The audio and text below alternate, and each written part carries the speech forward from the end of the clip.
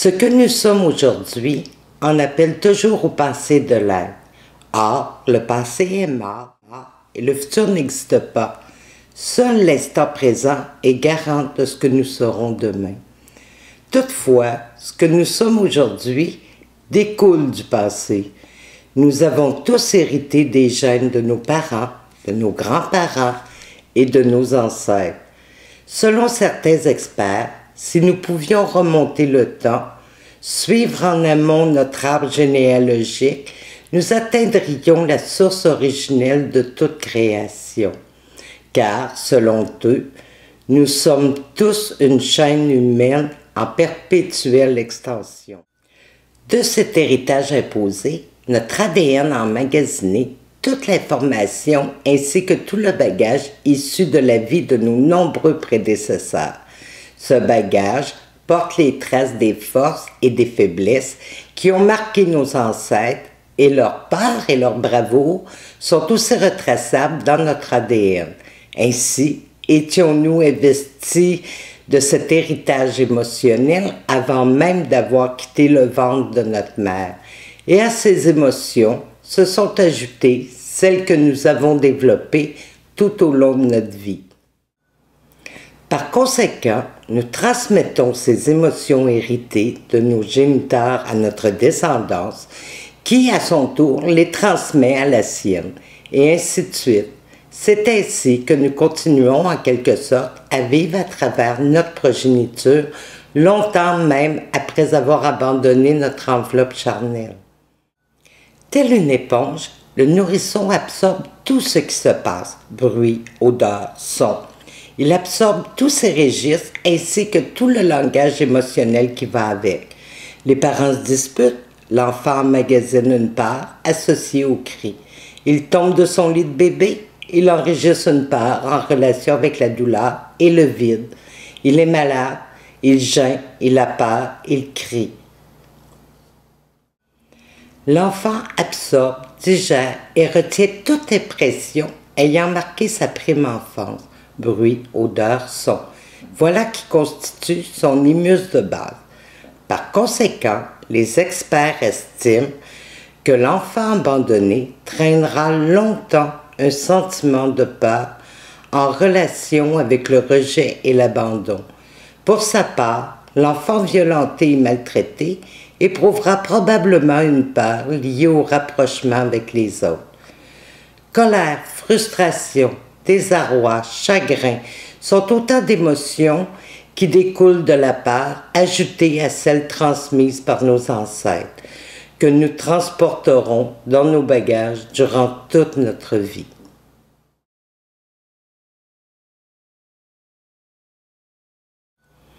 Ces mêmes experts nomment cet amalgame mémoire cellulaire parce que non seulement imprègne-t-il la sphère émotionnelle de l'enfance, mais par un phénomène d'ancrage lié au rapport neurolinguistique et musculaire, il imprègne aussi le réseautage de cellules nerveuses du système sympathique, d'où naissent les réflexes et les automatismes.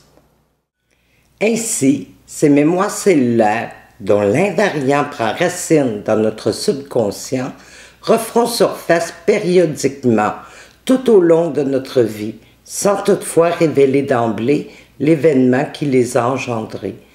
Une odeur peut faire remonter à la surface un traumatisme de l'enfance, tout comme le bruit fracassant du métal lorsqu'une automobile en percute une autre. Vous voyez, il n'y a pas que les actes et les paroles blessantes qui peuvent faire remonter à la surface les parts que chacun traîne avec lui tout au long de sa vie. Ce qu'il faut retenir, c'est que la peur constitue la plupart du temps l'émotion principale induite par un événement malheureux.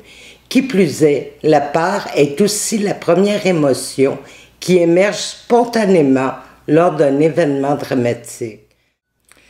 La plupart des psychologues spécialistes de l'inconscient admettent que pour sortir d'une situation pénible qui stagne depuis longtemps, il nous faut remonter notre passé jusqu'à l'événement fautif et décarcasser la peur lui étant associée ainsi que toutes les émotions et sentiments que cette part a engendrés.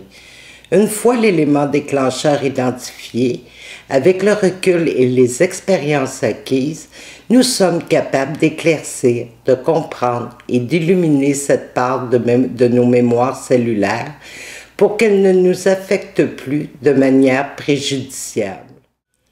Ce qui vaut pour la peur vaut aussi pour les actes de courage. Bébé fait ses premiers pas, ses parents l'applaudissent, le prennent dans leurs bras, l'embrassent, le félicitent. La joie et l'amour se lisent dans leurs yeux, leurs gestes, l'intonation de leur voix. L'enfant, ayant absorbé ces émotions sans vraiment les comprendre, les associera plus tard à la notion de récompense.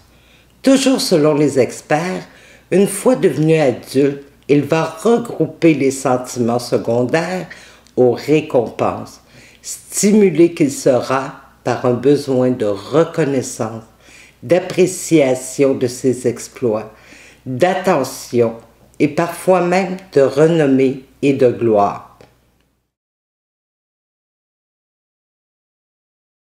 Récemment, alors que je déjeunais avec une amie, nous avons abordé ce sujet et elle m'a raconté sa fascinante histoire.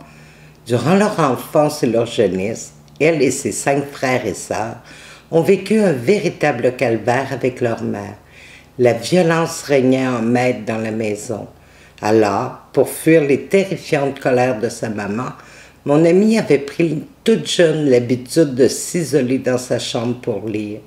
Elle lisait sans arrêt, et cette fuite dans le monde romanesque lui permettait de tenir le coup. Sa chambre était devenue son îlot de sécurité, ses livres son havre de paix. Toutefois, le problème de l'approvisionnement se fit sentir rapidement. Il y a 50 ans, les bibliothèques publiques étaient rares et leurs étagères plutôt dégarnies. Mon ami, dévoré par son désir d'évasion, lisait de plus en plus vite.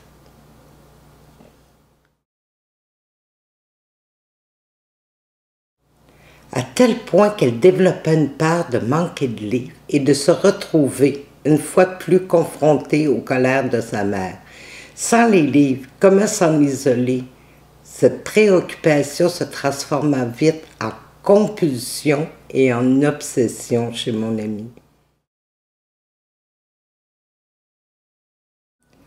Une fois mon ami devenu adulte, les médecins ont diagnostiqué une tumeur au cerveau chez sa mère, tumeur affectant la zone de l'humeur. Cette femme fut longtemps considérée comme bipolaire par les experts, alors qu'en réalité, le problème était ailleurs, beaucoup plus grave. Elle a pardonné à sa mère presque instantanément lorsque le chirurgien a dit aux enfants après l'opération « Je compatis aux souffrances que vous avez endurées depuis des années. » Lentement, elle a renoué avec sa mère tout en essayant de lui donner un amour qu'elle n'avait jamais pu lui offrir. N'empêche que mon amie a dû suivre une très longue thérapie qui s'échelonna sur 10 ans.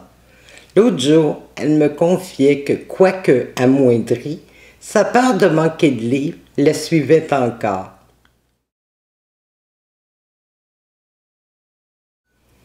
Comme quoi nos peurs peuvent aussi nous être utiles pourvu qu'on les débusque. Mon amie est aujourd'hui une brillante avocate et son ardent amour des livres a certainement contribué à sa réussite.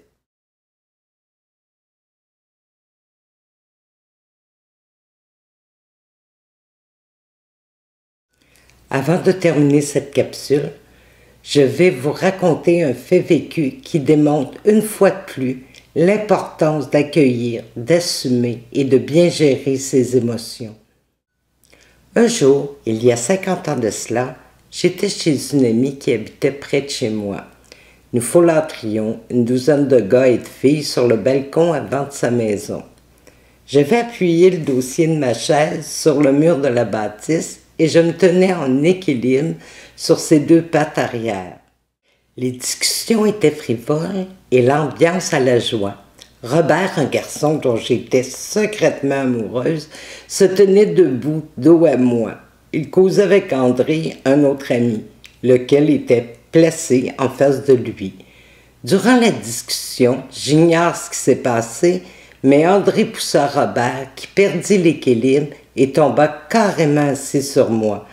Propulsé par l'impact, ma chaise est vivement retombée sur ses 4 pattes. N'empêche que j'avais toujours Robert assis sur moi et poussant la blague un peu plus loin, il se mit à sautiller sur mes cuisses. Mon père, qui se dirigeait vers le marchand du coin, passa devant nous à cet instant précis. Lorsqu'il vit Robert qui sautillait sur moi pendant que les autres riaient à gorge déployée, il grimpa subito presto sur le balcon et bousculant tout le monde pour se frayer un chemin, il m'agrippa par une oreille et me traîna jusqu'à la maison en me réprimandant durant tout le trajet. Derrière moi, j'entendais le groupe rire et se moquer. Quelle humiliation! J'eus beau expliquer à mon père qu'il s'agissait d'un accident, il refusa obstinément de me croire. Par conséquent, j'ai eu droit à une injuste punition. Mon ego en a pris un sacré coup cette journée-là. Je venais de subir la douleur de l'humiliation et la colère d'être injustement traité devant tous, ainsi que la frustration de n'avoir pu m'expliquer. C'était beaucoup pour moi. Qui plus est, la confiance de mon père à mon égard venait de s'estomper. À ses yeux, j'étais devenue une menteuse. Il faut dire que la scène qu'avait vue mon père prêtait à confusion. Il est donc normal qu'il ait imaginé un scénario où il me voyait faire des abus de comportement en compagnie des garçons. Cet événement m'avait profondément blessée. Mes amis m'ont plaint d'avoir un père si autoritaire, mais je savais qu'il agissait ainsi parce qu'il m'aimait et voulait me protéger. 2 jours plus tard, j'ai eu une rencontre avec mon père. Calmement, nous avons dialogué. Je lui ai relaté la situation telle qu'elle s'était produite, lui faisant part de mes émotions et de ma douleur. Il m'a prise dans ses bras et nous nous sommes pardonnés. Lorsqu'il est possible de comprendre le contexte et le fond des choses qui voilent la vérité de chacun, il devient plus facile de pardonner.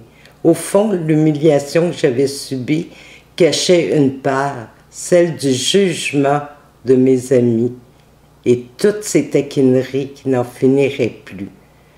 Par chance, tout finit par s'estomper et tomber aux oubliettes.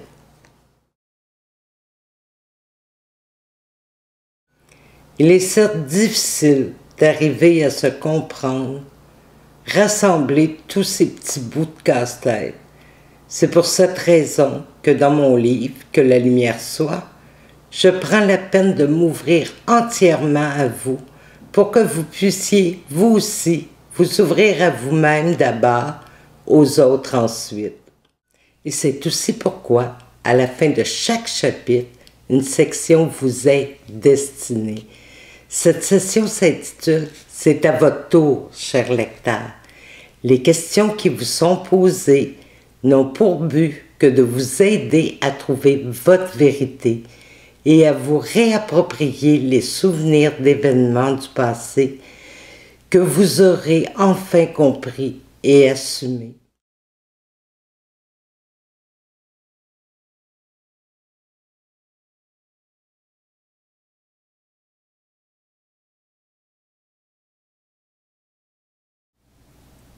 À la prochaine capsule et n'oubliez pas de venir nous visiter au www.éditionuriel.com. On vous attend en grand nombre.